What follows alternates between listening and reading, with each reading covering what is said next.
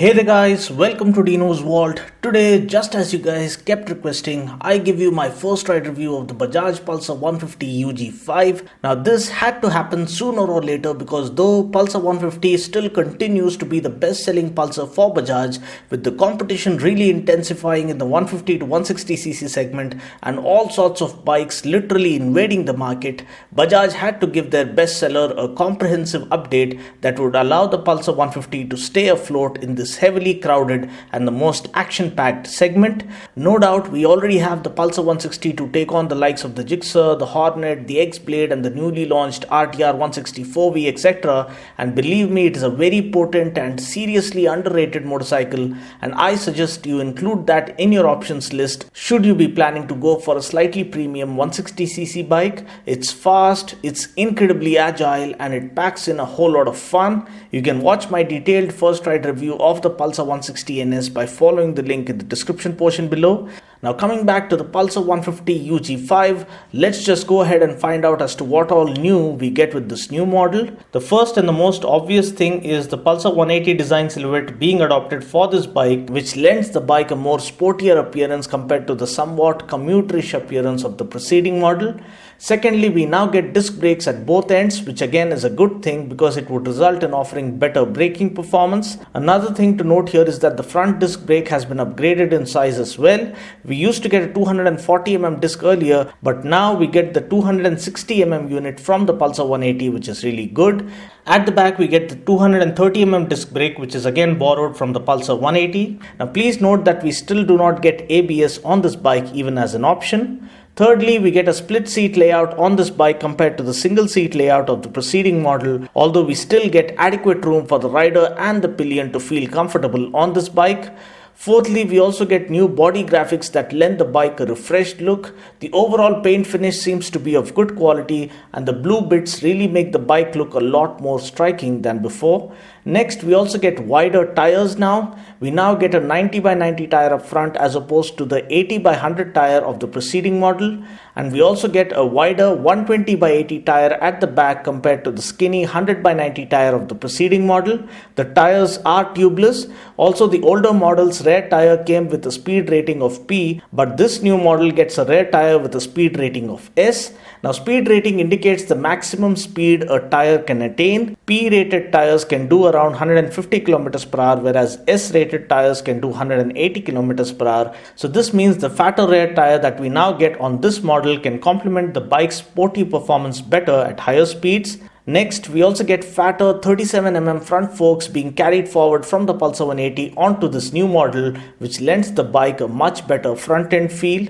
Now, dimensions wise, the new model is different as well. So we can say that this is indeed a comprehensive upgrade that the Pulsar 150 UG5 has received this time around. The width of the new model is up by 10mm. The overall length is down by 20mm and the overall height is up by 55mm. Now please note that these new dimensions are absolutely identical to that of the Pulsar 180. So though the wheelbase is not yet known officially yet, I am speculating that it would be similar to that of the Pulsar 180 at 1345mm, which is 25mm more than that of the preceding model.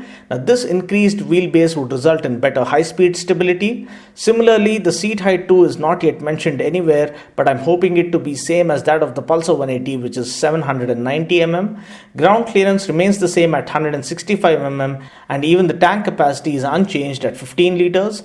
We also get a white background on the analog tachometer with racier looking fonts and we get blue backlighting for the digital console. Now as a result of all these aforementioned changes, the twin disc variant is around 4,000 rupees dearer than the older model. Now looking at the engine specs, powering the new Pulsar 150 UG5 is a 4-stroke single-cylinder air-cooled 149.5cc DTSI engine that puts out 14 PS of max power at 8,000 RPM and 13.4 Newton meters of max torque at 6,000 RPM, and this comes mated to a 5-speed gearbox. Now please note here that the power and torque figures are absolutely identical to that of the preceding model with no change in numbers whatsoever, at least on the spec sheet. But what is really interesting when I took the bike for a test ride is the way the engine has been retuned to deliver a more sporty and power-packed performance right from the word go.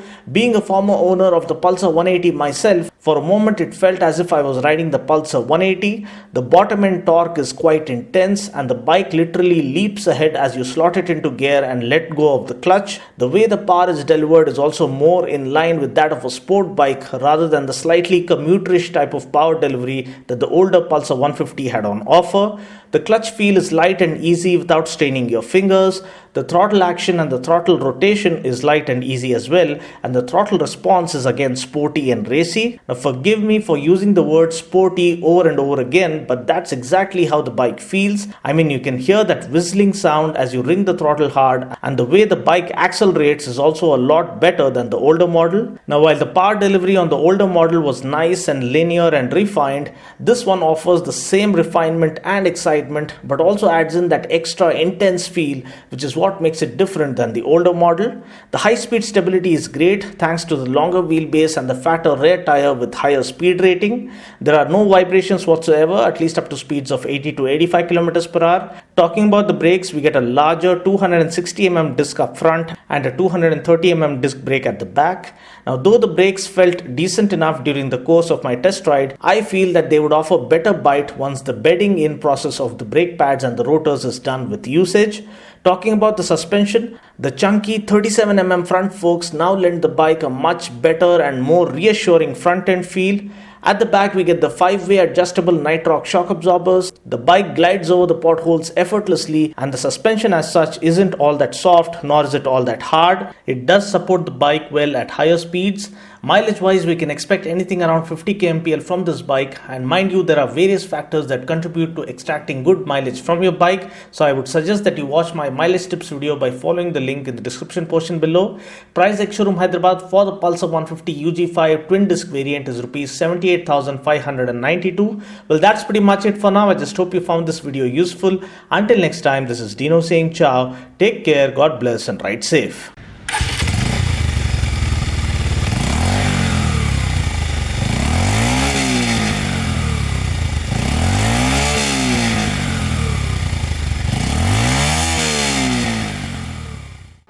So it's been a very tiring shoot, but I got my lost energy after meeting a subscriber, Mr. Santosh Reddy. Thank you for stopping by and saying hi. All the best. Which bike are you buying? Dominar 400. Oh, hyper riding. Yeah. Good. All the best, man. After seeing the Dinos vlogs. Thank you, man. God bless. Ride safe. So see you.